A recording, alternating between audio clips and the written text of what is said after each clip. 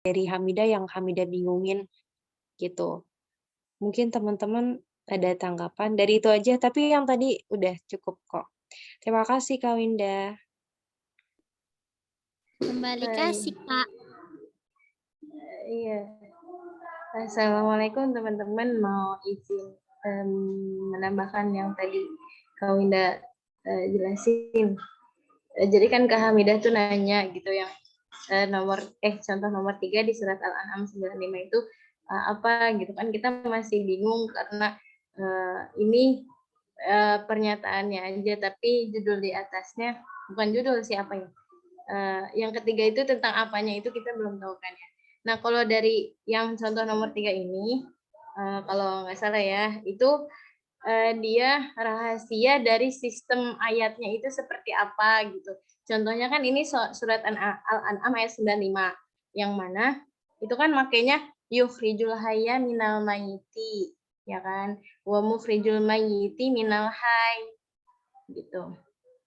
Nah, terus itu kalau misalnya yang ini apa sih yang di surat Al-An'am ini dia itu makainya isim fa'ilnya Kak gitu. Jadi ini mah sistem ininya aja, sistem ayatnya.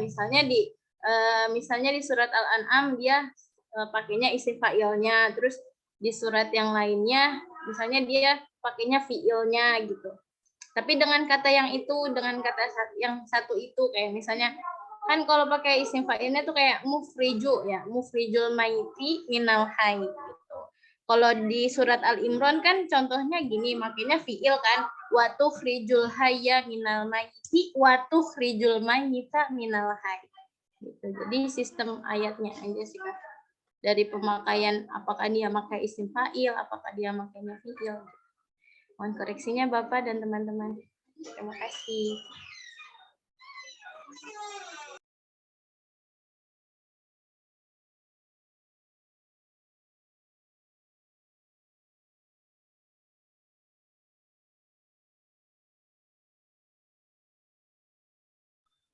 Terima kasih, Kak Yunita.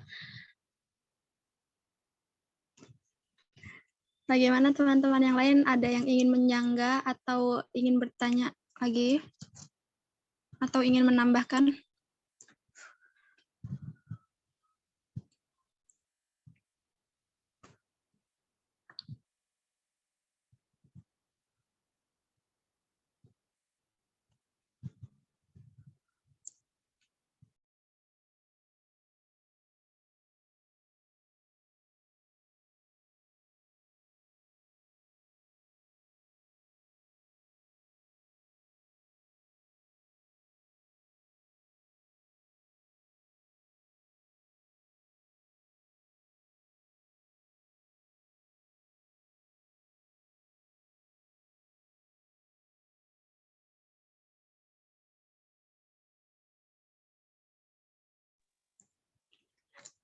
Gimana Kak? Ada yang ingin bertanya lagi atau tidak?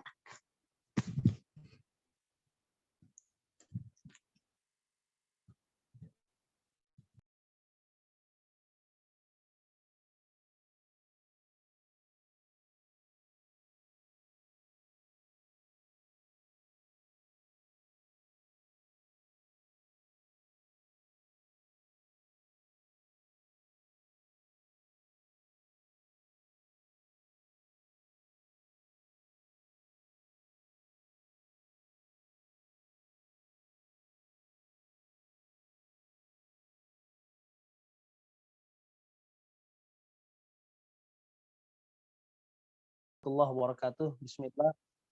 Walhamdulillah wassalatu wassalamu ala Rasulillah amma ba'd. Tumben-tumbenan saya dapat kesempatan lebih banyak. Biasanya di akhir-akhir gitu. Karena apa namanya diskusinya atau masukan-masukan pertanyaan dan lain sebagainya banyak, bahkan melebar kemana-mana begitu. Tapi ala kulli hal itu sesuatu yang baik menurut saya. Dan pemakalahnya juga Kak Winda ini dan kawan-kawan. Jadi sudah cukup jelas lah penjelasan yang dipaparkan oleh Kak Winda ini.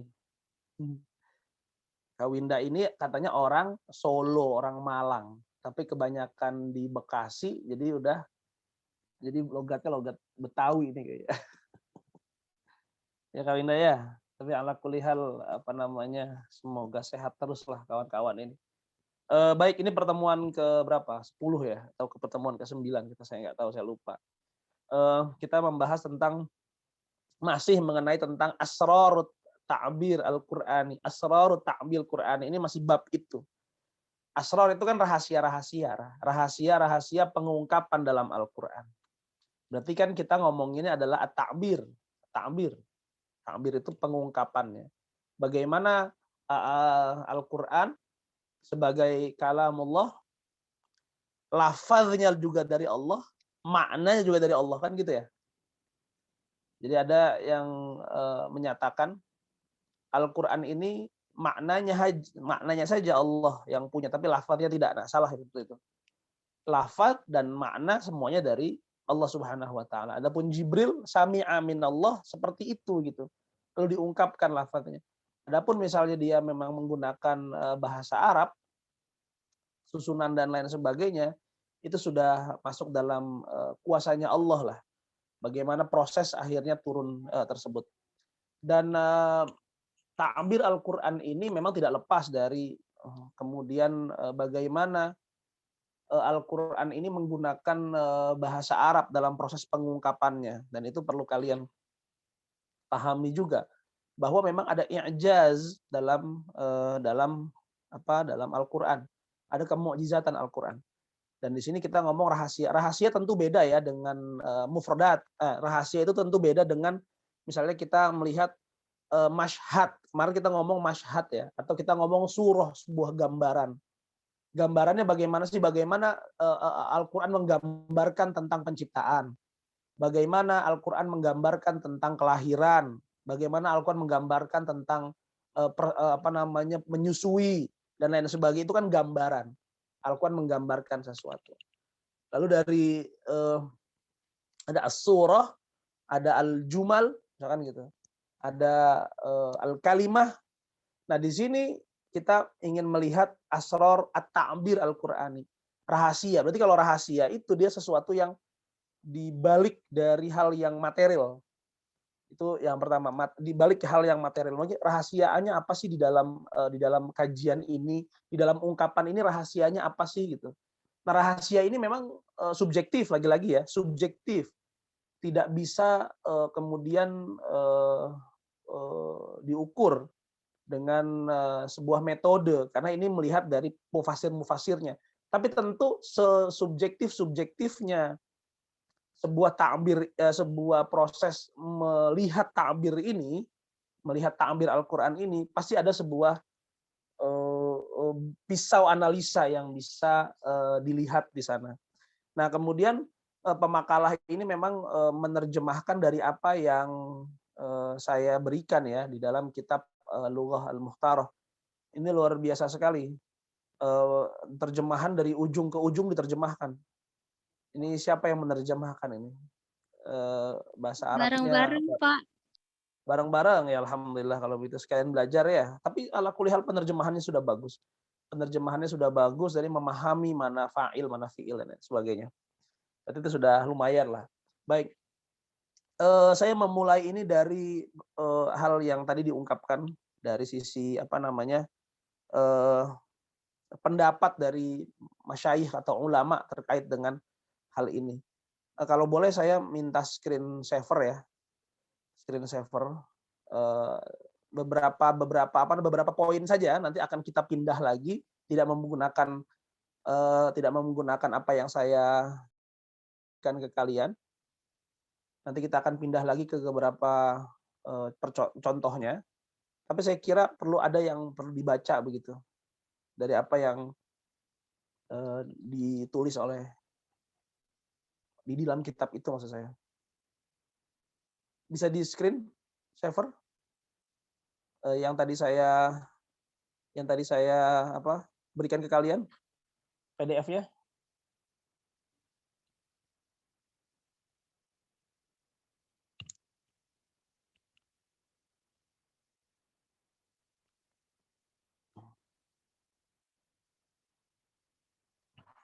Baik, coba terus ke bawah. Ini sudah diterjemahkan lah oleh Kak Winda. Terus dari sini kita baca ya. Kita baca dari sini. Watasa'ala, watasa'ala, watasa'ala. Baik. Wa yu'akkidur rafi'i, di atas bawah lagi dikit. Oh no 168 ke atas. Enggak, 106 bukan ke bawah berarti ke bawah. Bukan ke bawah ya, gimana ya maksud saya? Ke atas saja paling ujung paling atas. Halaman berapa sih tadi tuh?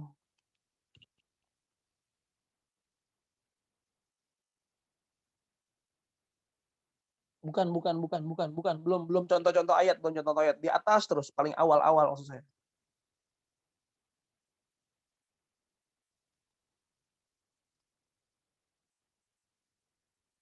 Terus, satu lagi. Dikit lagi. Op. Oke, tayyib. Terus kita baca. Bismillahirrahmanirrahim. Wa tasa'ala Abdul Qahir Al-Jurjani fi kitabih Dalailul I'jaz. Maka bertanya di sana Abdul Qahir Al-Jurjani, dia pengarang kitab At-Ta'rifat juga ya. Di dalam kitabnya di sini Dalailul I'jaz. An aujahil i'jaz lughawi fil Qur'an. Dia bertanya soal di mana sih letak i'jaznya Al-Qur'an itu. Gitu ya. Wa an syai' al-jadid alladzi ata bihil Qur'an lil usubil arabi, dan tentang sesuatu yang baru yang dibawa Al-Qur'an di dalam uslub atau gaya bahasa Arab. Di mana sih i'jaznya? Padahal bahasa Arab itu bahasa yang dikenal. Semua mufradat itu mufradat yang dikenal dalam bahasa Arab. Gitu ya. Walaupun ada yang kemudian gharib, ada yang kemudian jarang dipakai, tapi itu semua adalah bahasa Arab, mufradatnya bahasa Arab. Lalu kemudian bertanya, lalu kemana letak i'jaznya, kan begitu? Wahal huwa hurufuhu, apakah i'jaznya itu dalam hurufnya? Au alfadhuhu, atau dari lafaznya? Paham ya, dikatakan huruf berarti alif, ba, ta itu huruf. Kalau alfadz berarti ya kalimah maksudnya. Au dilalatu alfazihi, atau ada petunjuk lafaznya. Au tarkibu harakatiha wa sakanatiha, atau letak i'jaznya itu di dalam susunan harokatnya dan susunan sukunnya, au gharabati ba'd al-fadhiha, atau ada mu'jizah itu dari gharibah. Gharibah itu keanehan, beberapa keanehan lafaz yang terkandung dalam Al-Qur'an. Bertanya Syekh Abdul Qahir Al-Jurjani. Tsumma intaha, kemudian dia itu berhenti ila taqdimi nazariyatihi, kepada sebuah teori allati taqumu ala unsuraini lughawiyaini, yang mana dia itu bertumpu pada dua hal utama. Ini kata Syekh Abdul Qahir Al-Jurjani. Jadi tadi pertanyaannya di mana sih letaknya gitu ya. Baik, wahuma al-ikhtiyar wa ta'lif. Nah, jadi ada dua hal unsur dalam i'jazul Al-Qur'an. Dalam artian bukan berarti yang lainnya tidak i'jaz, tentu yang lainnya i'jaz. Tapi akhasul i'jaz di mana sih? Sebuah bentuk mukjizat paling utama gitu ya. Afdhalul i'jaz dalam Al-Qur'an itu yang mananya? Ada dua hal utama, wahuma al-ikhtiyar wa ta'lif. Di situ ada ikhtiar, pemilihan sebuah ungkapannya, baik itu pemilihan kata, baik itu pemilihan jumal, baik itu pemilihan tarkib, pemilihan susunan kata dan lain sebagainya. Itu yang pertama. Jadi yang akhasul i'jaz itu, afdhalul i'jaz fil Qur'an, itu tarkibnya, susunan. Hurufnya sama memang, bahasa Arab hurufnya seperti itu. Mufradatnya sama seperti itu. Kalimat-kalimatnya juga banyak orang Arab menggunakan kalimat itu. Tapi kemudian kalimat itu disusun dengan sebuah pola yang berbeda, yang tidak pernah didengar oleh bangsa Arab, itu terletak i'jaznya. Lalu at-ta'lif itu dari sisi rangkaiannya. Jadi al-ikhtiyar pilihan penggunaannya, at-ta'lif ya penulisannya, gitu. Penulisannya at-ta'lif. Baik. Amal ikhtiyar fa yatimu al mustawal aswad. Kalau kemudian ikhtiar, pemilihan hal itu, dia itu dalam hal apa aja? Mustawal aswad, dari sisi suaranya, kesesuaian suaranya. Wa tanasuqiha, dan juga dari sisi bentuknya. Wa ala mustawal adawat wal kalimat, juga dalam sisi adawat, huruf-huruf, perangkat-perangkat yang dipakai, juga kalimat-kalimat yang dipakai atau lafaz-lafaz yang dipakai. Wa istighlal furuq ad-daqiqah, juga kemanfaatan dari setiap lafaz yang dipilih tersebut. Wa ala mustawal ma'ani an-nahwiyah allati yufarriqu bainahuma bitaqdim aw ta'khir. Juga dari sisi pemaknaan secara nahwiyah. Nanti kita akan jelaskan. Tadi kan di apa namanya, di sana ada kenapa sih pakai jumlah ismiyah, kenapa jumlah fi'iliyah, itu ada asrar, ada rahasia kenapa kemudian Al-Qur'an Allah Subhanahu wa taala menggunakan hal-hal tersebut. Baik. Jadi itu ya apa namanya, anggapan dari Syekh Abdul Qadir Al-Jurjani. Lalu kedua, pendapat dari Imam As-Suyuti, coba lihat di bawahnya. Wa yalihu As-Suyuti ala nafsil fikrah. Oke. Jadi Imam As-Suyuti itu berjalan pada sebuah pemikiran yang sama. Fayanfi, maka dia menafikan. Imam Suyuti loh yang punya kitab Al-Itqan. Fayanfi, maka dia menafikan. Apa? Antakuna fasahatul Qur'ani fi alfadhihi. Dia menafikan bahwa fasahah Al-Quran itu terletak pada lafaz-lafaznya. Jadi bukan terletak pada lafaznya. Gitu. Fasahahnya bukan terletak pada lafaznya, karena lafaz itu sudah biasa. Ya. Li'anna alfadhahu hiya alfadhul Arab. Karena lafaz-lafaz yang ada itu lafaz-lafaz Arab yang sering dipakai oleh orang-orang Arab gitu. Tidak jauh beda dengan apa yang dipakai oleh bangsa Arab. Au fi ma'anihi, atau kemudian di dalam pemaknaannya, seperti pemaknaannya apa namanya, ya hal-hal yang sering didengar juga tentang kisah-kisah gitu ya. Karena kalau fi ma'anihi katanya apa? Li'anna katsiran minha maujudun fil kutubil mutaqaddimah. Karena kalau soal pemaknaannya saja, maknanya, artinya itu sebenarnya kisah-kisah dalam Al-Qur'an sudah ditulis dalam kitab-kitab terdahulu, entah Injil, entah Taurat misalkan. Kisah-kisah tentang penciptaan, kisah-kisah tentang apa namanya, penyembahan, ketaatan, akhlak dan lain sebagainya, itu kan sudah ada. Jadi kalau kata Imam Suyuti, fasahatul Qur'an laisa min alfadhihi wala ma'anihi. Bukan pada lafaznya, bukan pada artinya. Kenapa? Kalau lafaz bangsa Arab ada, itu sering dipakai. Kalau makna juga sama, di dalam kitab-kitab yang terdahulu juga sudah dituliskan. Baik, tapi bukan berarti lagi-lagi i'jazul Quran, pemukjizatan Al-Quran itu terhubung dari satu hal yang paling kecil saja, dari huruf sampai kemudian apa namanya, dari huruf sampai kemudian proses kodifikasi dan lain sebagainya, itu bagian dari i'jaz, sebuah kemukjizatan. Ya khariqul adah misalnya. Ya apa namanya, ya kalian sudah bisa memahami itu mungkin dari kita belajar tentang kalamun nafsi sampai lahjah dan lain sebagainya. Baik. Lalu thumma yulakhisu mautinal khilaf, kemudian dia mentalkhis, merangkum apa namanya, objek perbedaan di antara pendapat-pendapat itu. Au maudhi'ul i'jazi fil Qur'ani fi qaulihi, atau dari sisi keijazan Al-Qur'an di dalam pendapat dari Imam As-Suyuti. Apa kata dia? Innal i'jazal mukhtassa bil Qur'ani innama yata'allaqu bin nazamil makhsus wa husnit ta'lifi wal ti'amil kalimat. Oke, kata Imam As-Suyuti bahwa sesungguhnya i'jaz yang khusus dimiliki oleh Al-Qur'an gitu ya. I'jaz yang khusus dimiliki oleh Al-Qur'an, yang tidak dimiliki oleh kutub-kutubul qadimah, yang juga tidak dimiliki oleh bangsa Arab saat itu, adalah bagaimana dari ya ta'allaq, berhubungan dengan bin nazam, dengan struktur. Nazam itu kan ya nazam itu bait-bait, kalimat-kalimat susunannya. Bin nazam al-makhsus, sebuah nazam-nazam yang khusus untuk Al-Qur'an. Wa husnat ta'lif, dan juga proses penulisan atau ta'lif itu kan mengarang ya. Proses di sini diartikannya bukan mengarang, tapi pengungkapan lah, begitu. Wal ti'amil kalimat, dan juga kesesuaian dari bentuk kalimat itu sendiri. Nah, itu dia. Apa namanya? Itu yang perlu pertama kalian ketahui, bahwa dalam fasahah Al-Qur'an, beberapa ulama kemudian mengungkapkan i'jaznya itu khususnya dalam sisi tarkib taklif, penyusunan, pengungkapan. Penyusunan dalam artian bahwa hal-hal ini hal-hal yang tidak pernah dilakukan oleh bangsa Arab sebelumnya begitu. Walaupun lafadznya sama tapi penyusunannya berbeda gitu. Karena ini proses atau qaul dari Allah Subhanahu wa taala. Baik. Oke. Ini contoh-contoh dan lain sebagainya itu sudah dijelaskan tadi oleh pemakalah. Nanti kalau misalnya memang mau ada penjelasan lagi bisa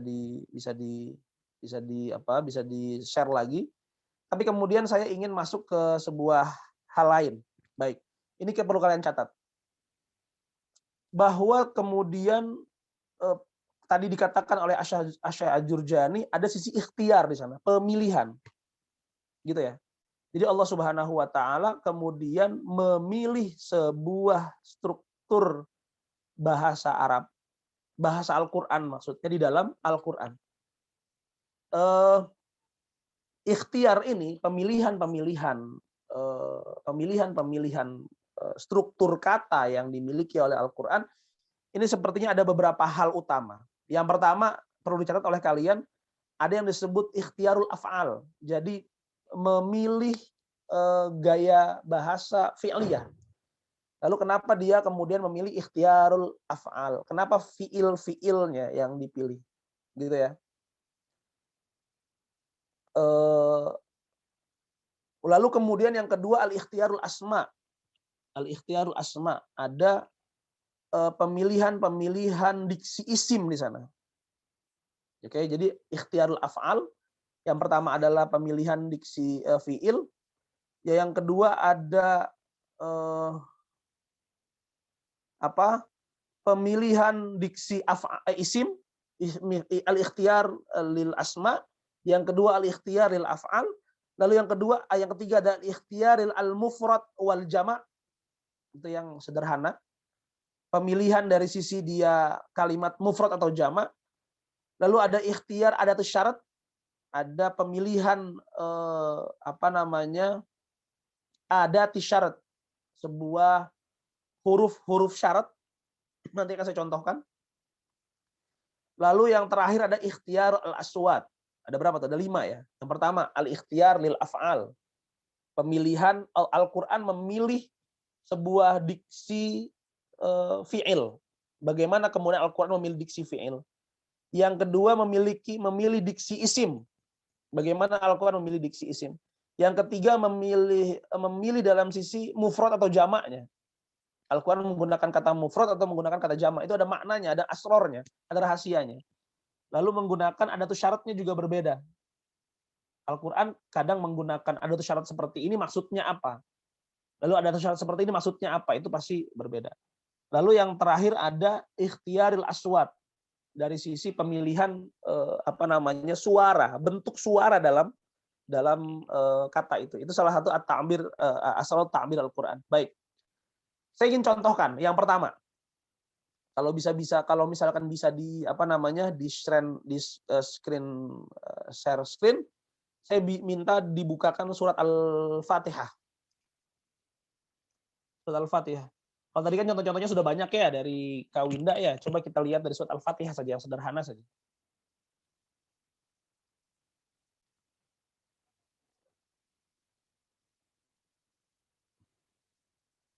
Ini fasohah fasohatut tarkib. Kefasihan susunan Al-Qur'an yang menjadi i'jaz utama Al-Qur'an. Bisa di share screen surat Al-Fatihah, coba kita baca surat Al-Fatihah ya.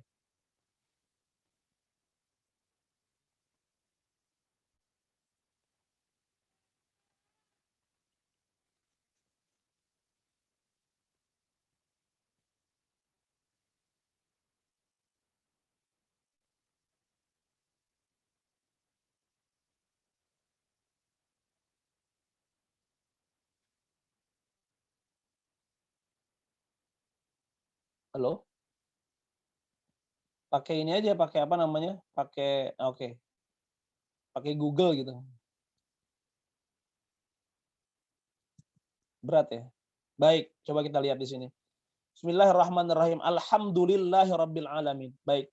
Pertama kalau kita lihat Allah menggunakan diksi di sini adalah jumlah ismiyah. Alhamdulillah rabbil alamin. Gitu ya, jumlahnya ismiyah. Di dalam bahasa Arab ada perbedaan ketika kita menggunakan jumlah ismiyah atau jumlah fi'liyah. Nah, ini harus dipahami gitu. Jadi setiap Allah atau Al-Qur'an ini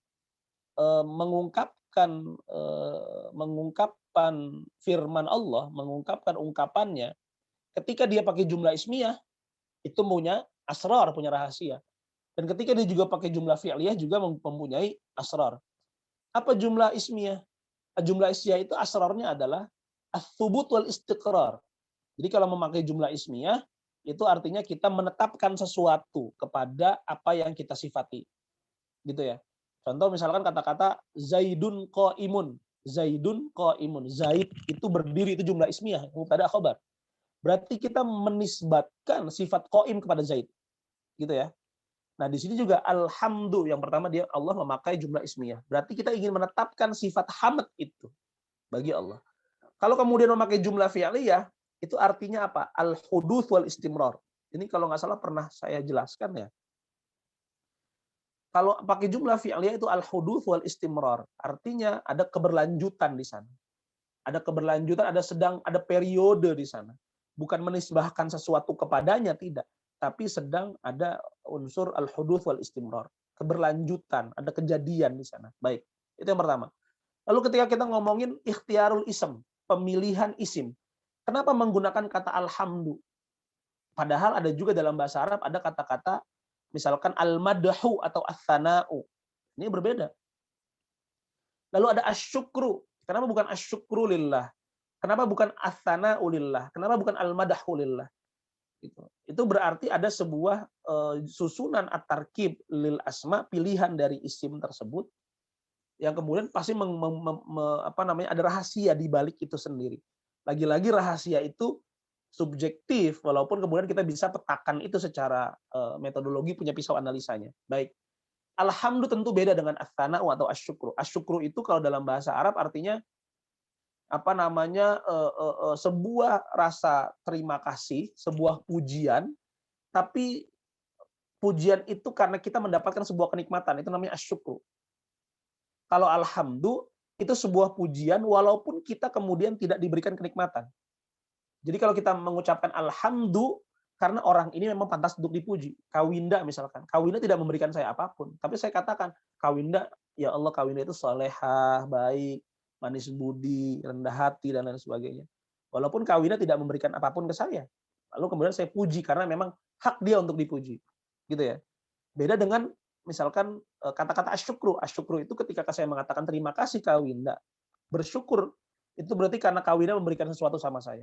Nah, kalimat alhamdu itu tidak pernah dipikirkan oleh bangsa Arab. Kenapa bisa alhamdu ya? Oh iya, alhamdu ternyata punya sebuah rahasia yang mendalam di sana. Salah satunya karena dia memakai jumlah ismiyah, pemilihan diksi dari lafaz alhamdu juga kemudian susunan yang menggunakan kata alhamdu itu juga memiliki asrar.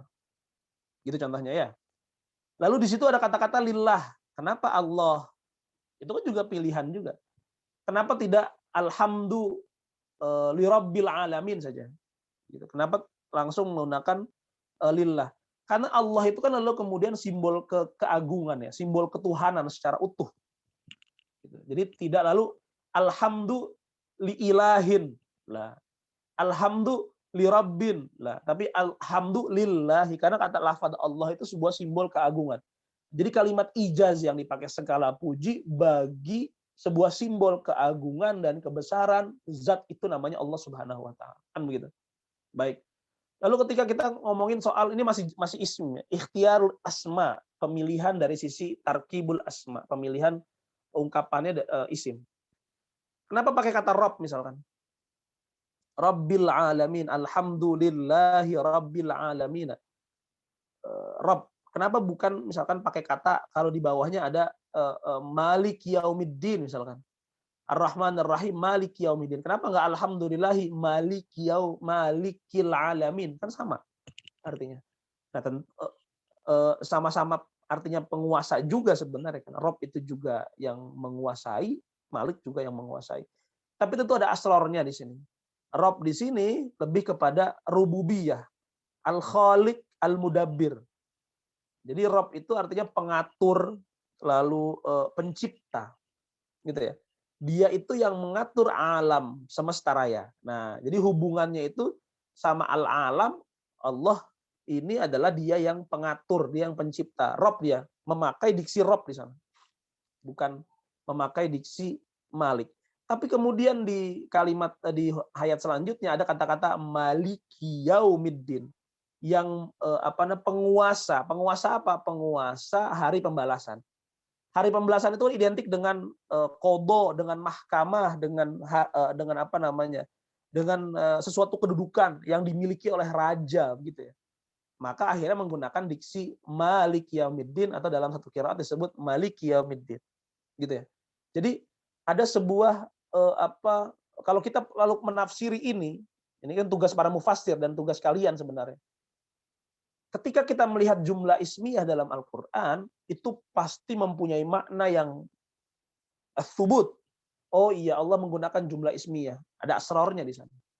Contoh misalkan tadi itu, Alhamdulillahirabbil alamin. Oh, Allah sedang ingin menisbatkan sebuah pujian, yang mana pujian ini alhamdu, tidak harus muqabalatun ni'am, menerima nikmat, tidak, karena Allah lah yang pantas untuk dipuji, gitu. Lalu kemudian menggunakan diksi Rabb karena apa? Karena Allah ini pengatur, pencipta alam semesta.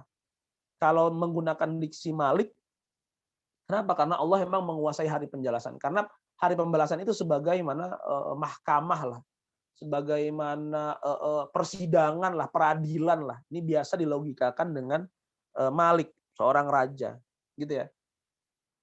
Di sini intinya apa? Intinya adalah ikhtiarul asma, sebuah pilihan isim yang kemudian nampak dalam pilihan dalam ayat ini, begitu. Pun tadi ayat-ayat yang dicontohkan oleh pemakalah, banyak ayat-ayat yang sebenarnya juga memakai diksi itu. Contoh misalkan kata tadi itu inna allaha faliqul habbi wan nawa, gitu ya. Lalu kemudian wa yukhrijul hayya minal mayyiti wa mukhrijul mayyita minal hayy. Kenapa kemudian dia memakai diksi mukhrij, di sini memakai diksi yukhrij misalkan? Alasannya kan salah satunya adalah karena dia kesamaannya dengan faliq itu menggunakan fa'il, lalu di sini juga menggunakan fa'il juga, gitu. Tapi tentu dia memakai memakai jumlah ismiyah, tentu ada sebabnya, begitu. Memakai jumlah ismiyah tentu ada sebabnya. Kenapa tidak Allah katakan yafliqullah misalkan gitu, atau falaqallahu, tidak, tapi innallaha faliqu. Karena ini kita menisbatkan sebuah sifat faliq kepada Allah Subhanahu wa taala. Lalu menisbatkan sifat mukhrij itu kepada Allah Subhanahu wa taala, gitu. Tapi tentu ada asal-asal yang lain. Baik. Nah, ini dia contoh yang tadi disebutkan. Atau contoh-contoh yang lain. Baik. Oke, itu yang ikhtiarul asma. Sekarang kita masuk ke ikhtiarul af'al. Coba misalkan kalian buka lagi surat apa nih? Al-Maidah, coba Al-Maidah ayat 3. Al-Maidah ayat 3. Surat Al-Maidah ayat 3. Coba kita buka misalkan surat Al-Maidah ayat 3.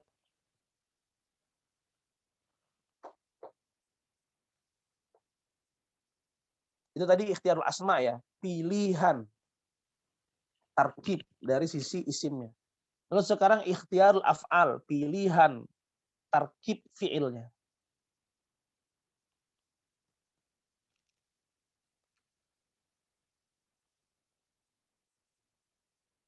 Baik.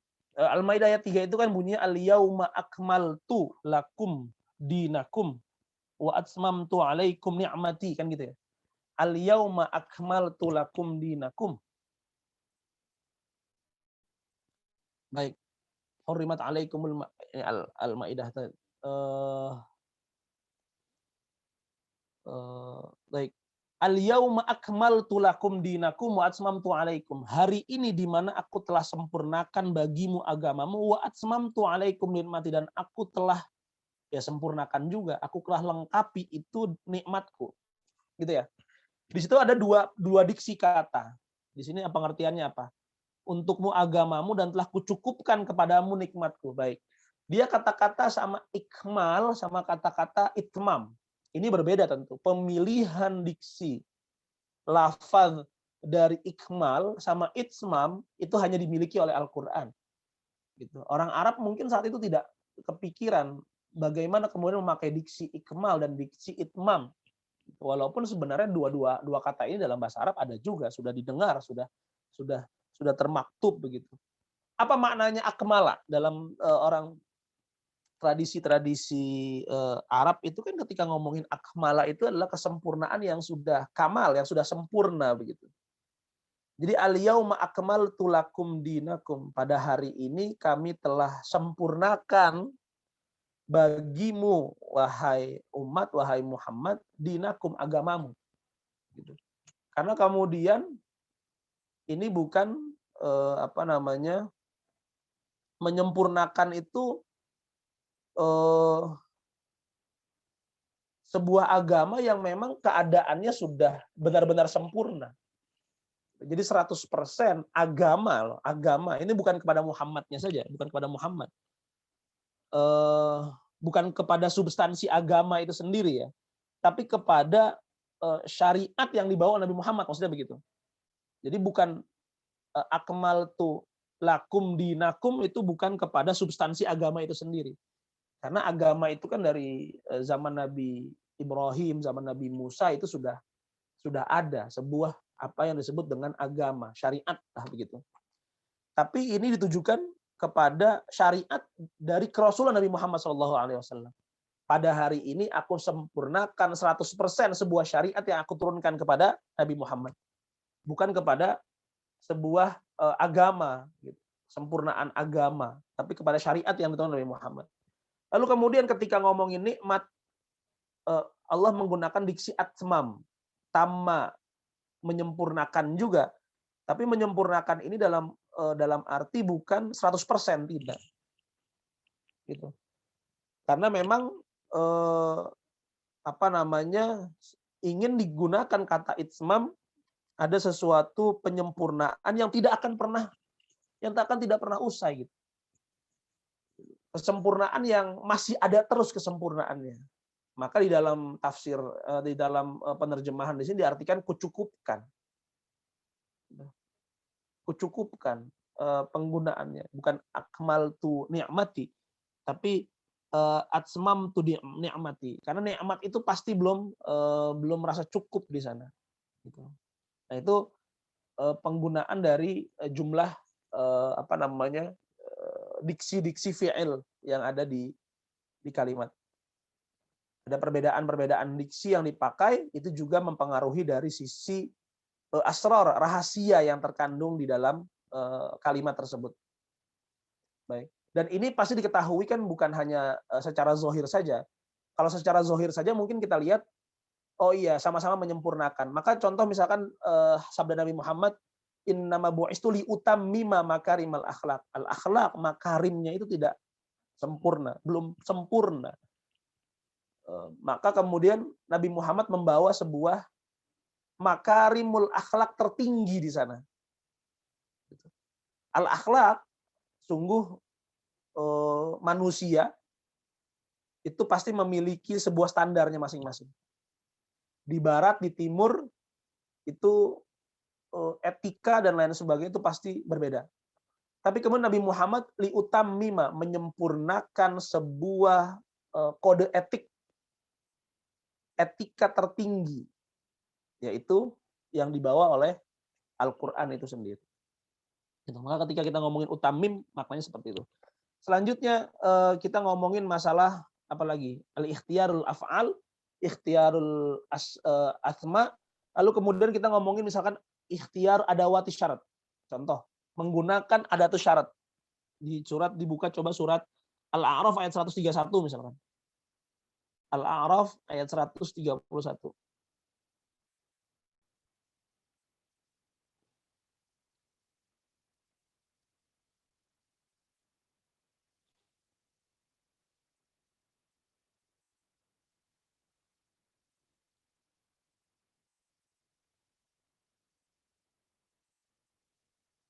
Baik. Al-A'raf ayat 131. Baik. Allah Subhanahu wa taala berfirman, "Fa idza ja'atuhumul hasanatu qalu lana hadhihi wa in tusibhum sayyi'atun yatayyaru bi Musa wa man ma'ah." Baik. Kemudian apabila datang kepada mereka kemakmuran. Baik. Fa idza ja'atuhumul hasanatu. Di sana ada kata-kata idza sebagai huruf syarat ya. Idza. Lalu ada kata-kata ada lagi wa in tusibhum. Itu juga ada tuh syarat. Oke, ada tuh syarat. Baik. Susunan di sana ada kata-kata idza, lalu ada jaa sebagai fiil madhi, lalu kata-kata al-hasanah. Iya, al-hasanah. Sebelumnya ada kata-kata hasanatun tapi diawali dengan al-hasanah. Gitu ya. Al-hasanah. Lalu selanjutnya kalau yang di ayat setelahnya ini wa in tusibhum sayyi'atun, ada in, tusibhum sebagai fiil mudhari gitu ya. Lalu sayyi'atun tidak memakai al di sana. Ya, tidak memakai al. Nah, al di sini al apa menurut para ulama? Di situ al hasanah, alnya al jinas. Alnya al jinas. Al jinas itu berarti adalah sebuah kebaikan, sebuah kemakmuran karena adil jinas dia tak terhingga jadinya. Gitu. Jadi kemudian ketika misalkan di sini kata-katanya faida ja'athumul hasanah, dan apabila telah datang kepada mereka al hasanah, sebuah kemakmuran yang mana ada kata-kata al di sana, alnya al jinas berarti kemakmuran yang begitu banyak. Maksudnya kan begitu. Lalu ketika misalkan ada kata-kata sayyi'ah, yaitu sebuah keburukan, di sana tidak menggunakan al-jinas. Jadi pengertiannya sayyi'atun di sini cukup satu saja. Tidak begitu banyak. Berbeda dengan al-hasanah. Al-hasanah di sini mungkin kalau kemakmuran itu kayak kesehatan, itu lebih banyak. Rasa aman, lalu tidak ada bencana alam, tidak ada penyakit dan lain sebagainya. Sesungguhnya Allah ingin mengisyaratkan di sana, ada asrar, ada rahasianya di sana. Apabila mereka datang kebaikan kepada mereka, kebaikan yang tidak terhingga itu, qalu lana hadhihi. Itu mereka berkata, inilah kepunyaan kita. Wa in tusibhum sayyi'atun. Gitu. Tapi di situ ada sayyi'ah. Berarti diartikan bahwa sayyi'ah itu tidak lebih banyak ketimbang al-hasan. Sayyi'ah itu kayak misalkan bencana alam, rasa takut, lalu penyakit dan lain sebagainya, itu ingin digambarkan tidak lebih banyak ketimbang al-hasanah itu sendiri. Gitu. Jadi ini kan salah satu ikhtiar, ada tuh syarat. Jadi kalau kemudian dia memakai in seperti apa, lalu kemudian ketika dia memakai idza, bila kan gitu ya. Bila itu kan idza, kalau in itu jika atau andai kata lah gitu. Nah, itu juga sebenarnya mempunyai asrar, mempunyai rahasia. Kenapa Allah menggunakan ada tuh syarat yang seperti ini gitu. Ingin menunjukkan apa sih dari ada tuh syarat ini. Baik. Ada tarkibnya di sana. Idza, kalau idza biasanya lalu disertai dengan disertai dengan yang ma'rifah, disertai dengan yang al-jinas, gitu. Karena ingin menunjukkan kebesaran, ingin menunjukkan hal yang banyak dari sesuatu hal. Kalau in biasanya tidak menunjukkan sesuatu yang mungkin tidak terlalu banyak, tidak sedikit, sesuatu yang sedikit. Gitu. Idza jaa nasrullahi wal fath, kan gitu ya. Itu sesuatu pertolongan Allah. Bagaimana pertolongan Allah? Sesuatu yang besar gitu. Itu pasti memiliki asrarnya. Baik. Lalu kemudian yang terakhir itu dari sisi apa itu? Dari sisi aswat ya, suara. Coba misalkan dibuka surat An-Nur misalkan atau Ar-Rahman, tapi nggak apa surat An-Nur aja ayat 35 misalkan. Dibuka surat An-Nur ayat 35.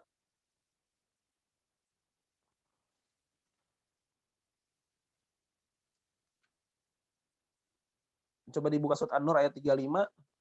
Baik.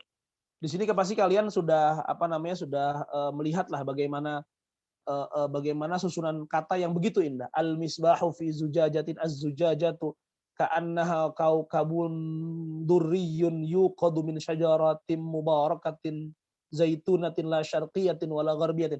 Ini namanya sebuah ikhtiarul aswat, agar pendengar itu kemudian terhentak ketika ada kesamaan kita wazan-wazannya lah begitu ya. Kesamaan wazan, kesamaan akhir belakang kata seperti puisi seperti syair itu mungkin akan menghentakkan si pendengar. Maka kemudian Al-Qur'an juga ikhtiarul aswat, pemilihan dari sisi suara-suara, bunyi-bunyi dari huruf tersebut juga menjadi bagian dari asrarut ta'bir Al-Qur'an. Nah, satu lagi yang saya lupa, mufrad sama jamak. Coba dibuka mufrad sama jamak itu ayat Al-Mu'minun 78 coba. Al-Mu'minun 78. Al-Mu'minun 78.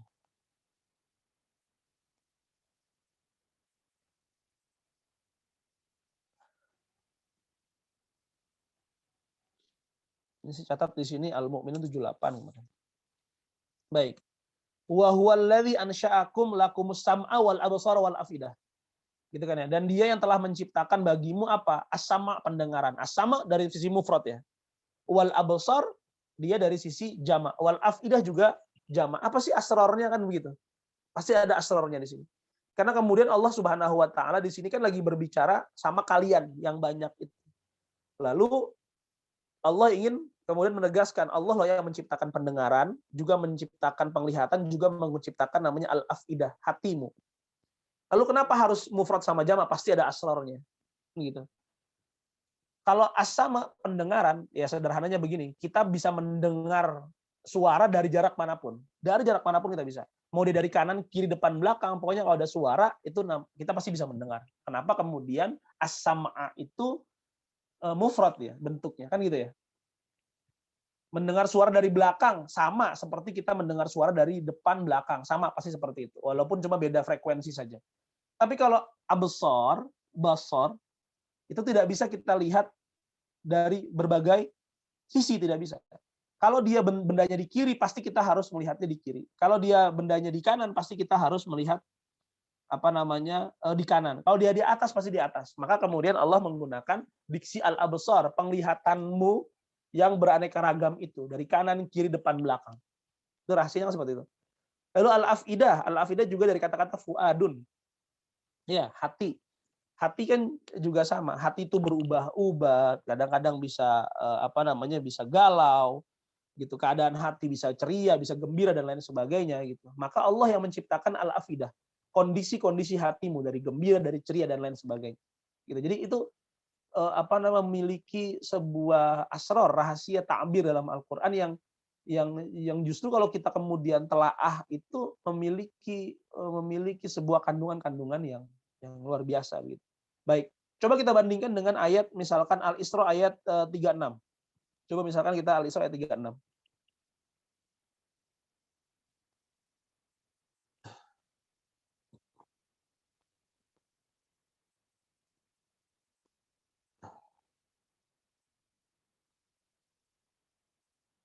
Baik. Di sini misalkan Al-Isra ayat 36 ini ngomongin masih ikhtiarul mufrad wal jama' ya. Dari pemilihan diksinya, pemilihan tarkibnya dari sisi dia memakai lafaz mufrad atau memakai lafaz jama'. Di sini memakai lafaz mufrad semua. Wala taqfu ma laysa laka bihi ilmun inna sam'a wal basara wal fuada. Nah, gitu. Kenapa kemudian kok menggunakan as-sama wal basar wal fuad? Beda sama tadi. Yang tadi itu kemudian menggunakan huwallazi ansha'akum huwallazi ansha'a lakumus sam'a wal absar wal afidah. Gitu ya.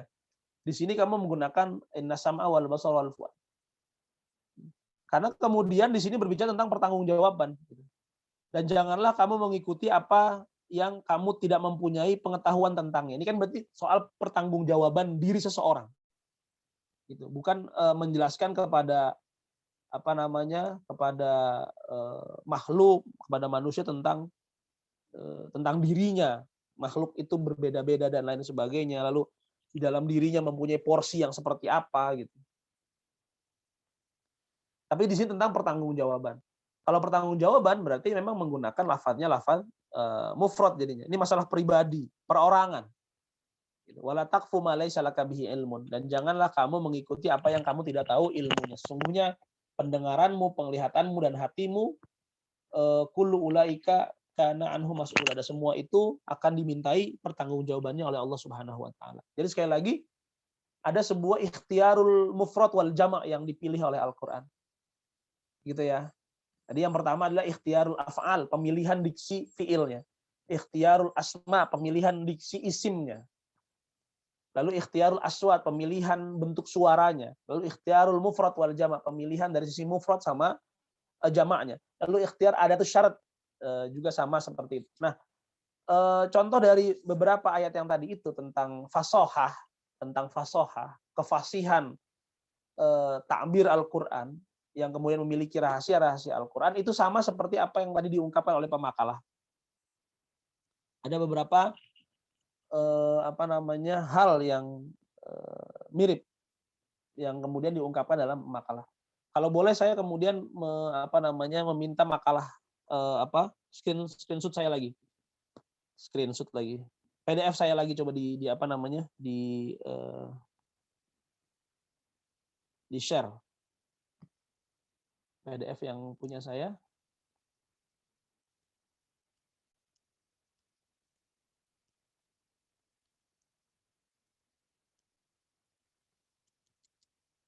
Kita satu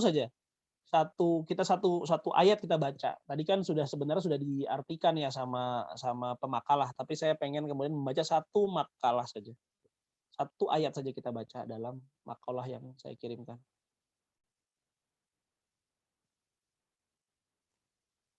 Baik. Terus ke bawah kita lihat contoh ayat yang mana lah.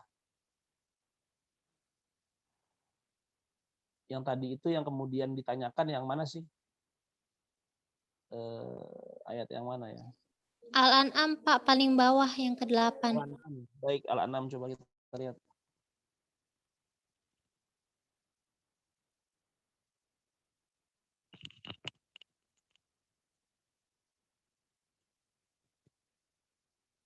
Ini pasti ada sebuah pilihan. Oke. Sebelumnya.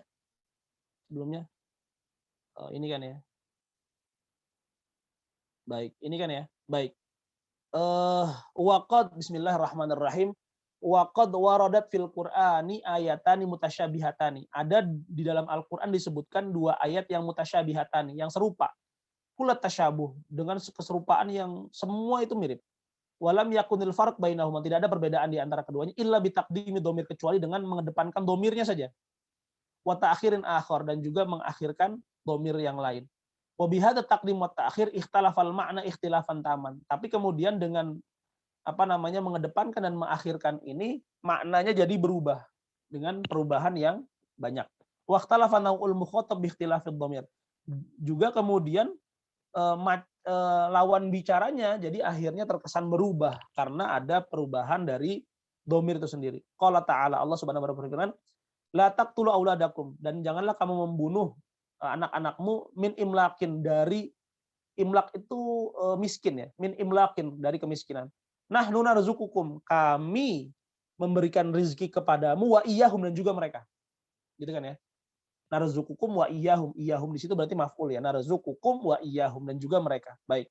Sama ayat Allah Subhanahu wa taala, wa qala wala taqtulu auladakum khasyata imlakin. Ada kata-kata khasyata imlakin. Lalu kemudian ada nahnu narzuquhum. Kita kemudian memberikan rezeki kepada mereka, wa iyyakum, dan juga kepadamu. Nah, pilihan di sini kan berarti ada sebuah redaksi dari jumlah ismiyahnya. Ada nahnu narzuqukum, nahnu narzuquhum, itu kan perbedaan di situ. Ya sebenarnya bukan jumlah, ini juga kata-kata fi'liyah juga ya. Karena kalau kita lihat narzuqukum itu kan fi'liyah. Narzuqukum, kumnya itu kemudian domir, hum juga domir gitu. Baik. Kita langsung baca aja. Fil ayah al-ula pada ayat yang pertama min imlakin dari kemiskinan, wa fi tsaniyah khasyata imlakin. Yang kedua itu dari khasyata imlakin, takut kemiskinan. Wa fil ayah ula nahnu narzuquhum wa iyyahum. Ayat yang pertama itu kita memberikan rezeki kepadamu dan kepada mereka. Wa fi tsaniyah nahnu narzuquhum wa iyyakum. Oke, dijelas dipahami. Al ayatul ula, ayat yang pertama khitabun lil fuqara'i. Baik, ayat yang pertama yaitu wala taqtabu min imlakin nahnu narzuqukum, itu khitab, ungkapan itu diberikan kepada al-fuqara, bagi orang-orang miskin. Alladzina ya'ishuna fi'lan fi faqrin syadid, yang mana mereka itu hidup secara nyata di dalam kefakiran yang sangat. Gitu ya.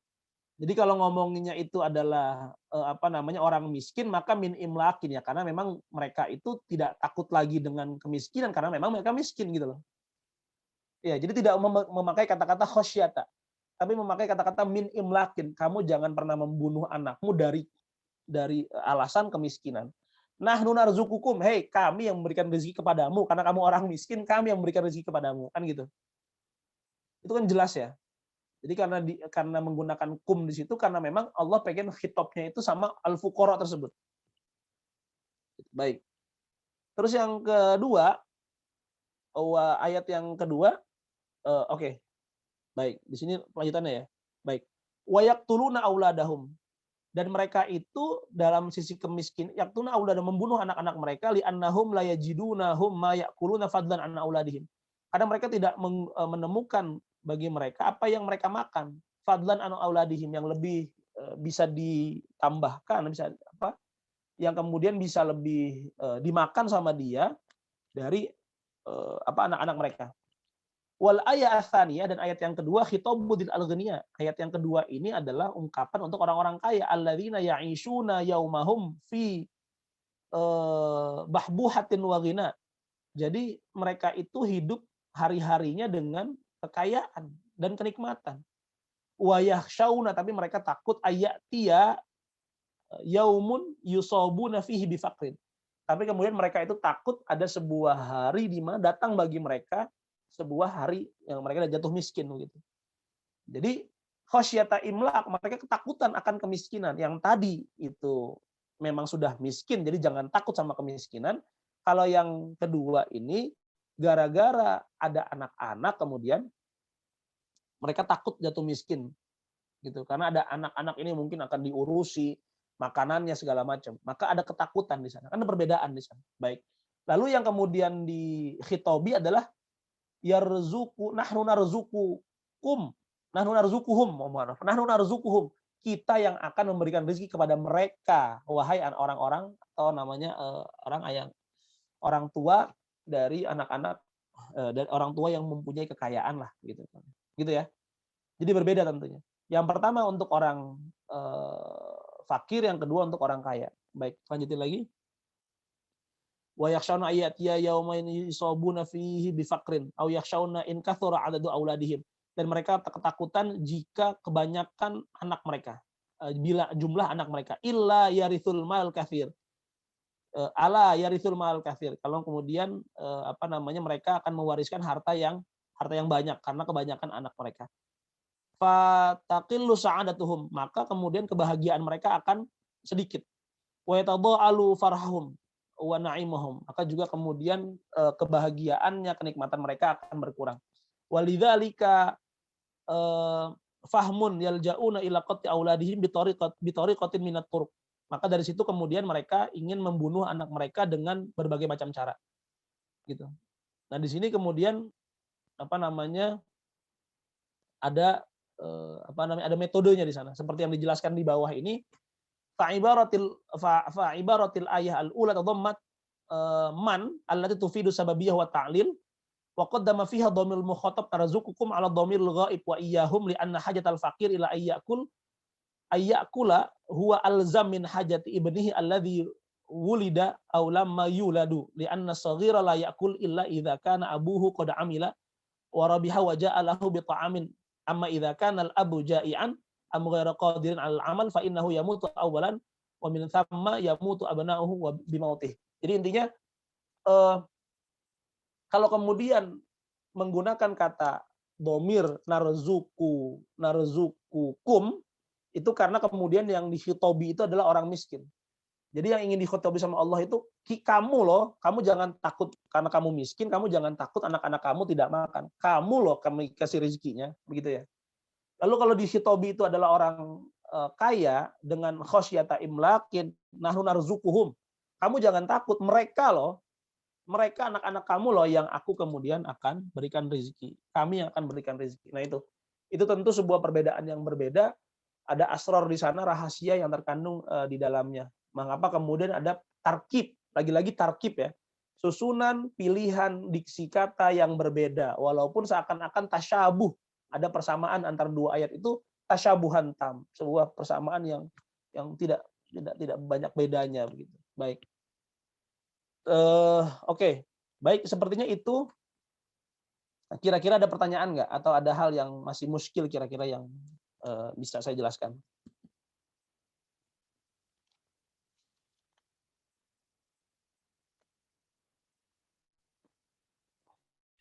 Bapak, saya mau nanya, Pak.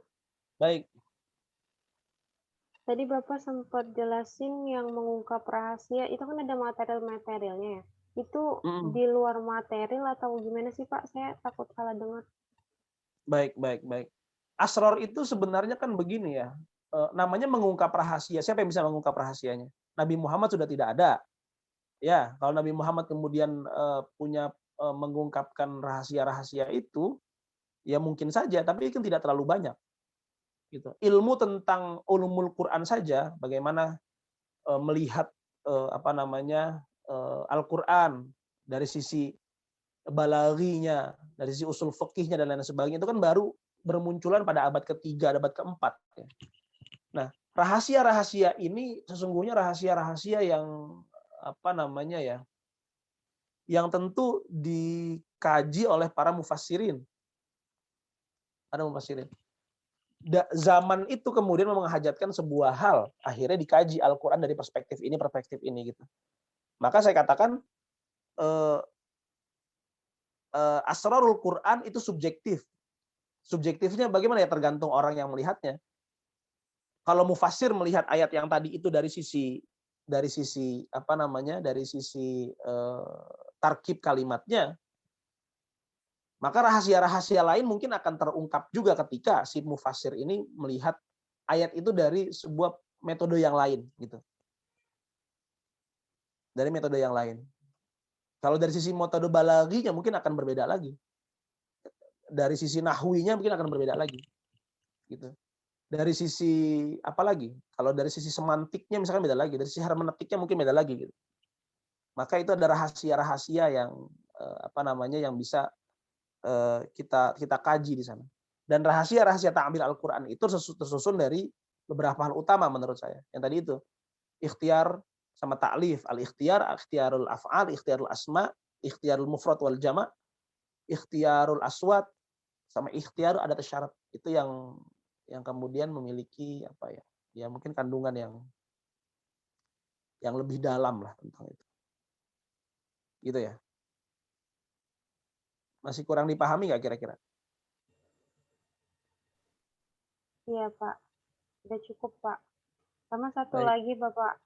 Baik. Tadi kan ada yang ungkapan Imam Asyuyuti itu terkait dengan fusah Al-Qur'an itu tidak hanya tidak hanya dari segi lafaz sama maknanya ya, Pak. Terus maksudnya fusah Al-Qur'annya itu dari segi apanya, Pak? Baik. Di sana kan tadi dijelaskan Imam Suyuti mengatakan bahwa ada semacam al-i'jazul makhsus gitu. Sebuah keijazan Al-Qur'an yang lebih sifatnya khusus yang dimiliki oleh Al-Qur'an. Jadi Imam Suyuti itu bukan menafikan secara umum bahwa tidak ada mukjizat dalam huruf dan lain sebagainya, tidak. Huruf-huruf Al-Qur'an dan lafaz-lafaz Al-Qur'an adalah sebuah lafaz yang dipakai oleh bangsa Arab. Sudah biasa, istilahnya begitu. Sudah biasa. Lalu dari sisi pemaknaannya juga sudah biasa. Karena makna-makna, misalkan cerita tentang Nabi Musa, cerita tentang Nabi Nuh, cerita tentang para nabi dan lain sebagainya, itu sebuah makna, pengertian-pengertian yang sudah diceritakan oleh kitab-kitab terdahulu. Lalu di mana sebenarnya perbedaan paling utama antara fasohatul Quran dengan fasohatul lughah atau fasohah kitab-kitab yang lain gitu. Fasohah ungkapan-ungkapan Arab yang lain. Nah, ternyata kata Imam Suyuti, fasohatul Quran yang paling makhsusoh, yang paling utama adalah dari sisi at-tarkibnya, susunan-susunannya. Mungkin dulu penggunaan kata akmala, kata alhamdu, kata asyukru ya dipakai semuanya. Tapi ketika kemudian Al-Qur'an menggunakan, menyusunnya dengan bentuk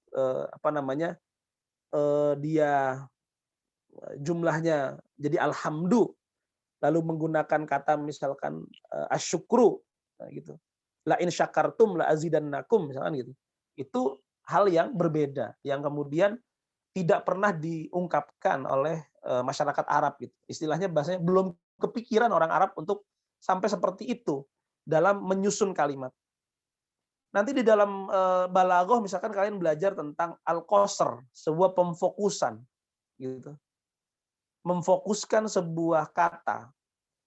Maka ada sebuah adawat dalam kita membuat supaya mukhatab itu fokus kepada apa yang kita ungkapkan. Misalkan Allah Subhanahu wa taala berfirman, "Innama yakhsyallaha min ibadihi al-ulama'u." Kata-kata innama itu sebenarnya sebuah adawatul qasr, sebuah perangkat untuk orang itu supaya lebih fokus. Kalau ada kata-kata innama, maka kalimat yang fokusnya adalah kalimat yang akhir, yaitu al-ulama. Jadi asrornya di sini kenapa? Innama yakhsyallaha min ibadihil ulama. Allah itu pengen mukhatab yang Allah yang jadi lawan bicaranya, Allah itu pengen supaya dia lebih fokus ke kata-kata al-ulama, maka menggunakan innama yakhsyallaha. Gitu. Jadi nanti ada asrornya seperti itu. Atau misalkan ketika dalam surat Al-Fatihah ada kata-kata iyyaka na'budu wa iyyaka nasta'in. Kenapa kok iyyaka na'budu? Iyyakanya dikedepankan. Itu namanya dalam balaghah disebut al-qasr bitaqdim, memfokuskan dengan mengedepankan sesuatu yang memang menjadi fokusnya. Bukan na'budu iyyaka. Sebenarnya kan bisa saja. Kayak tadi nahnu narzuqukum wa iyyahum, kan boleh. Kenapa lalu kemudian tidak kata-kata na'budu iyyaka wa nasta'inu iyyaka, tapi iyyaka na'budu wa iyyaka nasta'in. Karena yang Allah pengen fokuskan adalah kata-kata apanya? Iyyakanya. Kepadamu wahai Allah kami menyembah, dan kepadamu ya Allah kami meminta pertolongan, begitu. Jadi ada ada al-qasr, contoh dari takbirnya, begitu ya. Ada Hamidah ya. Ya baik Pak, terima kasih Pak. Ada pertanyaan lagi? Bapak Winda izin bertanya. Tanya silakan. Siapa duluan nih Kak? Masih dulu. Ya boleh ya, izin bertanya Pak. Sebenarnya ayat Quran itu semuanya ada asrornya tersendiri atau cuman yang tadi sih Pak yang digolong-golongin itu Pak? Baik. Ya. Begini, kalau kamu melihat struktur bahasa Arab itu kan sebenarnya cuma 3 jumlahnya. Jumlah ismiyah, fi'liyah, sama zorfiyah, ya nggak? Kalimat jumlah dalam bahasa itu cuma 3. Jumlah ismiyah, fi'liyah, sama zorfiyah. Iya. Oke ya? Baik. Pemilihan dia memakai jumlah ismiyah itu punya asrar pasti. Pemilihan dia sebagai jumlah fi'liyah itu juga punya asrar. Gitu ya. Jadi ketika ngomong saya qulus sufaha'u minan nasi ma wallahum an qiblatihim, misalkan begitu. Itu kan jumlahnya fi'liyah. Maknanya apa sih sebenarnya fi'liyah? Oh, bukan ats-tsubut wal istiqrar, tapi al-hudud. Ada sebuah periodisasi, ada sebuah kejadian di sana.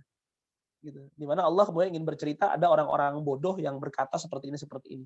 Beda dengan ketika menggunakan lafaz jumlah ismiyah. Gitu. Jadi apakah kemudian semua ayat Al-Qur'an itu memakai ada asrornya? Ya jelas, ada asrornya di sana.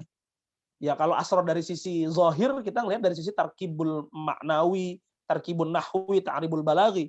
Tapi kalau dari asror sisi at-tasawuf misalkan, maka bisa macam-macam gitu.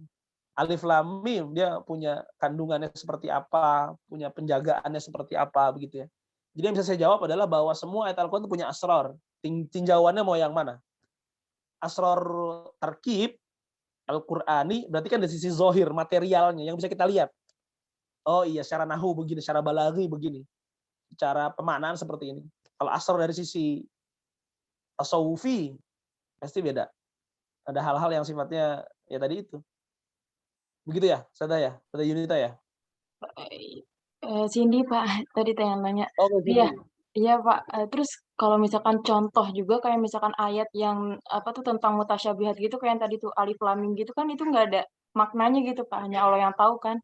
Terus gitu berarti Ya, asrornya nggak ada jawabannya dong Pak, apa gimana? ya berarti asrornya bukan asror yang secara asror takbir ada mungkin. Karena untuk apa? Untuk apa namanya litanbih mungkin lil inzar. Mungkin seperti itu. Ada rahasianya kenapa kemudian Allah mengungkapkan kata apa namanya alif lam mim atau toha atau yasin gitu. Karena untuk peringatan saja sama orang supaya ta'ajjub gitu, supaya orang ketika mendengar itu kok hal yang aneh ya, hal yang gharib ya. Lalu kemudian hatinya lebih berpaling kepada apa namanya ungkapan-ungkapan itu gitu. Ketika mendengar itu kok hal yang aneh, akhirnya dia ingin mendengarkan.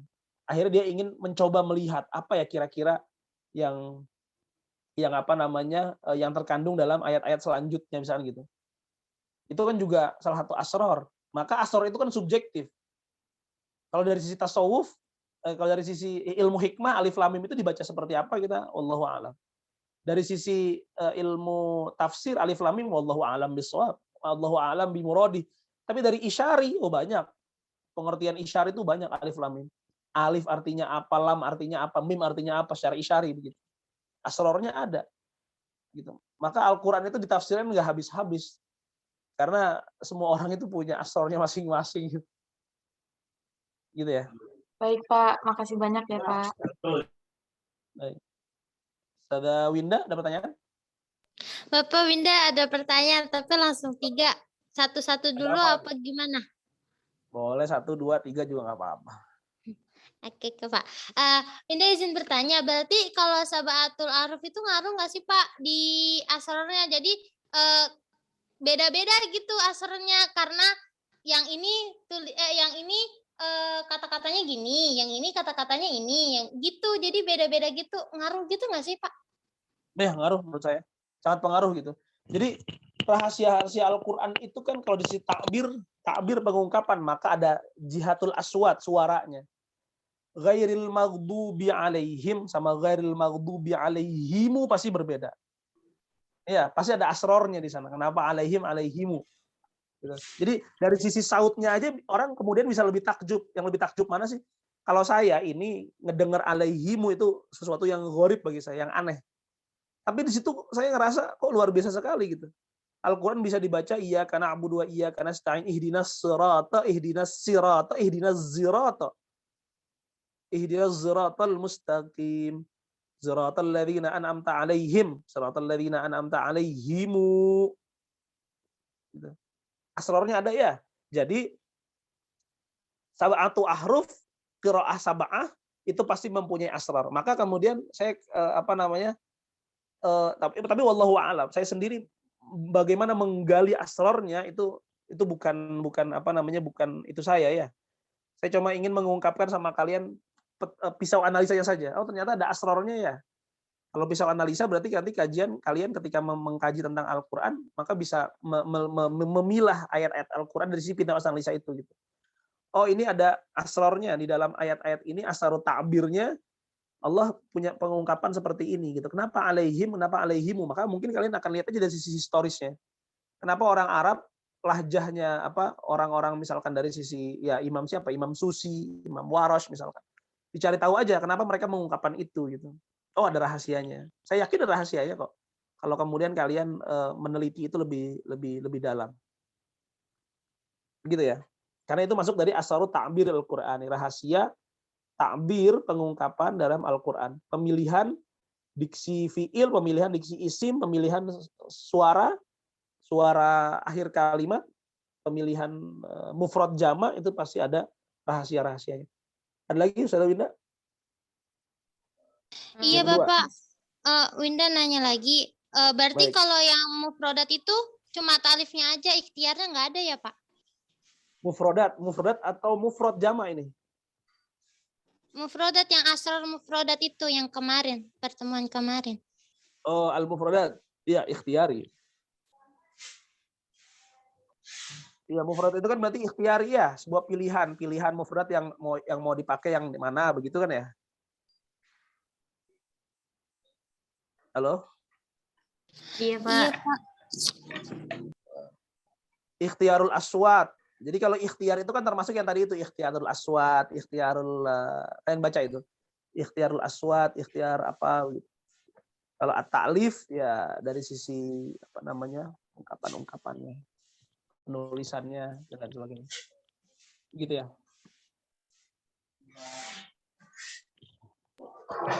Baik Pak. Pak izin nanya satu lagi. Terus kalau di punten Kayun, punten. Kalau di Al-Baqarah itu kan yang di awalannya tuh tentang orang-orang yang mukmin ya, orang-orang takwa. Terus di akhirnya tuh juga ditutup tentang orang bertakwa. Terus juga yang awalan kedua itu tentang orang-orang munafik. Terus yang di akhir, yang benar-benar akhir kedua itu tentang orang munafik. Kalau kayak gitu, itu masuk ke asrar juga nggak sih Pak? Masuk ke asrar yang yang jumal ini atau enggak? Atau nanti beda lagi atau gimana? Baik, sebenarnya kalau misalnya masuk di asrar rahasia, kalau yang tadi disampaikan sama Ustaz Winda itu bagi saya masuk di munasabah. Munasabah permulaan ayat, munasabah pertengahan ayat, munasabah akhir ayat gitu. Lalu masuk ke sebuah surat selanjutnya itu munasabahnya apa gitu. Saya nggak tahu ya, saya belum membaca juga atau mengkaji juga soal yang tadi diungkapkan sama Kak Winda. Akhirnya pertama ngomongin orang mukmin, pertengahan ngomongin munafik, lalu orang mukmin lagi, saya nggak tahu bagaimana. Tapi yang pasti sebenarnya itu masuk di munasabah. Kesesuaian saja, kesesuaian dari sisi dari sisi akhir surat atau awal surat. Tapi kalau kemudian dikatakan asror, ya mungkin saja, kenapa tidak? Gitu. Kalau misalnya kita rahasia surat Al-Baqarah misalkan gitu. Berarti kan kalian akan mengungkapkan salah satu hal yang detail kenapa Allah memulai ini dengan orang mukmin lalu diakhiri dengan mukmin lagi di tengah-tengah orang munafik. Kenapa? Asrornya apa? Wallahu a'lam, enggak tahu. Kalian coba kaji itu. Mungkin menarik kalau dikaji. Itu dari rahasia itu gitu. Tapi yang pasti adalah bahwa tarkibul Quran, Allah itu menetapkan surah Al-Baqarah di awal gitu. Saya kasih contoh deh nih, ini menarik nih. Ini dari Syekh Ali Jum'ah, Grand Mufti Mesir. Beliau kemudian bercerita tentang surat Al-Baqarah, rahasia surat Al-Baqarah. Kenapa kemudian di dalam surat Al-Baqarah itu surat yang pertama, Al-Baqarah itu kenapa menggunakan nama ayatnya Al-Baqarah? Padahal di sana ada tentang kisah Musa, ada tentang kisah penciptaan alam semesta, ada kisah tentang banyak hal deh di dalam surat Al-Baqarah itu banyak hal. Tapi kenapa kok Al-Baqarah gitu? Namanya Al-Baqarah kenapa? Syekh Ali mengatakan begini. Al-Baqarah dalam Al-Qur'an itu sebuah kisah yang menjadi inti dari agama ini. Kata Syekh Ali gitu. Coba kalian baca surat Al-Baqarah, sebuah kisah tentang sapi di kisah Nabi Musa alaihissalam. Itu adalah orang Yahudi yang kemudian diminta oleh Allah Subhanahu wa taala untuk menyembelih sapi. Tapi karena kebodohan dia gitu. Mereka itu kemudian yang tadinya diminta Allah untuk hanya menyembelih sapi saja, meminta banyak hal. Ditanya lagi, sapinya seperti ini, bagaimana nanti? Akhirnya sampai mereka hampir tidak bisa melaksanakan melaksanakan perintah Allah Subhanahu wa taala. Gara-gara apa? Gara-gara mereka itu banyak bertanya hanya hal-hal yang sebenarnya tidak perlu ditanya sama mereka. Gitu. Padahal kalau mereka kemudian diminta Allah untuk motong sapi, potong saja sapi yang ada, nggak usah bertanya dulu, sudah beres semuanya. Ketaatan sudah dilaksanakan. Gitu. Tapi kemudian karena mereka banyak bertanya, banyak mendebat, akhirnya kemudian dia agak susah dalam menjalankan perintah Allah. Nah, ini kata Syekh Ali menjadi sebuah pondasi dasar kenapa kemudian agama ini atau Al-Qur'an ini sebagai sebuah masdar syariah itu dimulai dengan surat Al-Baqarah dengan nama Al-Baqarah. Karena ingin kemudian orang itu melihat kisah Al-Baqarah dalam menjalankan agamanya. Agama ini mudah. Innallaha yuridullahu bikumul yusra wa la yuridu bikumul usra. Tidak ada yang namanya kesulitan dalam beragama. Agama itu mudah, kita yang sering nyusahin. Di dalam media sosial sekarang ada kisah ibu-ibu naik kereta api, naik MRT, dia kemudian sholat di dalam kereta. Gitu. Di dalam kereta dia sholat. Padahal agama ini kan begitu mudah. Gitu ya. Ya, kalaupun kemudian dia mau sholat, ya tentu tunggu stasiun berikutnya dia bisa sholat gitu. Tidak perlu dia harus sholat di dalam gerbong, lagi berjalan, takutnya dia kemudian nggak pegangan dia jatuh dan lain sebagainya. Gitu. Itu intermezzo saja ya. Gitu. Tapi intinya adalah tadi itu asror Al-Quran bahkan bukan hanya dari sisi tarkibnya saja, dari sisi tarkibus surah. Kenapa dia Al-Fatihah, Al-Baqarah, lalu kemudian surat Ali Imran, lalu kemudian surat apa segala macam itu punya asror. Gitu. Itu bahkan sederhana itu gitu. Apalagi ayat-ayatnya, setiap ayat mempunyai munasabah, surah mempunyai munasabah, memiliki tarkibnya masing-masing dan lain sebagainya, pasti mempunyai asrar gitu. Gitu ya. Udah Winda ya? Kira-kira cukup nggak usah Winda?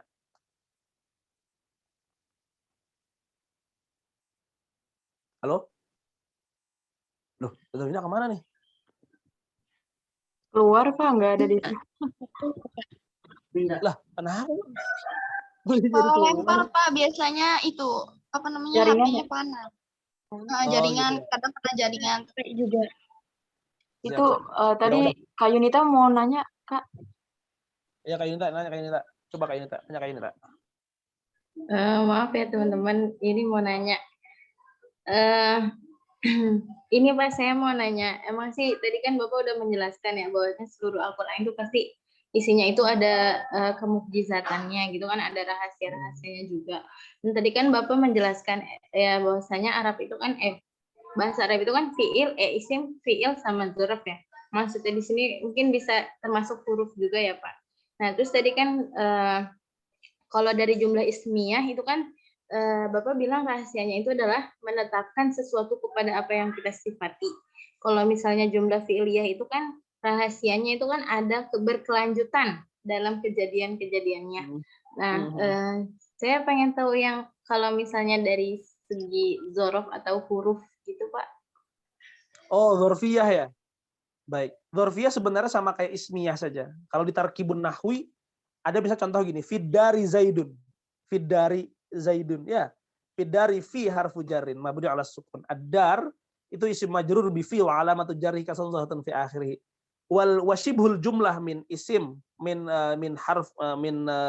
harful jar wal ismur jar fi mahalli raf'in khobar muqaddam. Ya. Zaidun mubtada muakhar.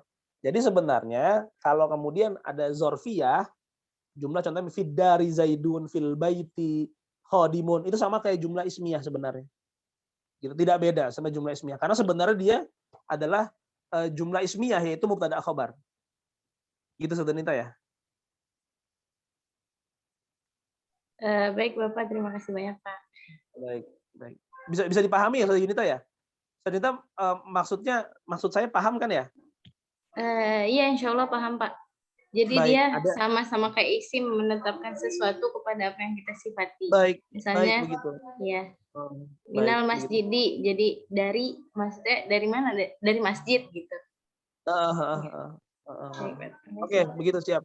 Beda ketika kemudian jumlah fi'liyah, al-huduts wal istimrar. Ada sebuah periodisasi di sana. Contoh yang paling sederhana ini deh.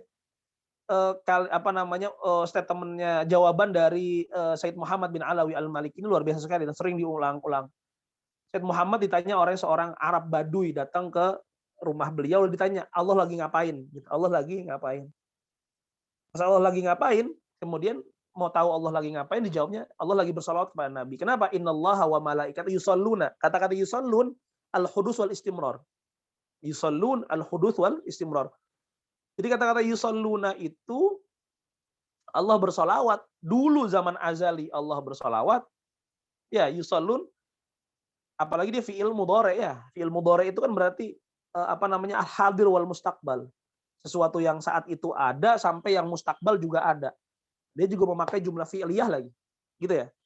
Jadi Allah lagi ngapain? Allah yusalluna 'alan nabi. Allah bersalawat kepada nabi. Itu salah satu contoh penafsiran yang menurut saya antik gitu dari seorang Sayyid Muhammad bin Alawi Al-Maliki. Gitu ya, Dita ya?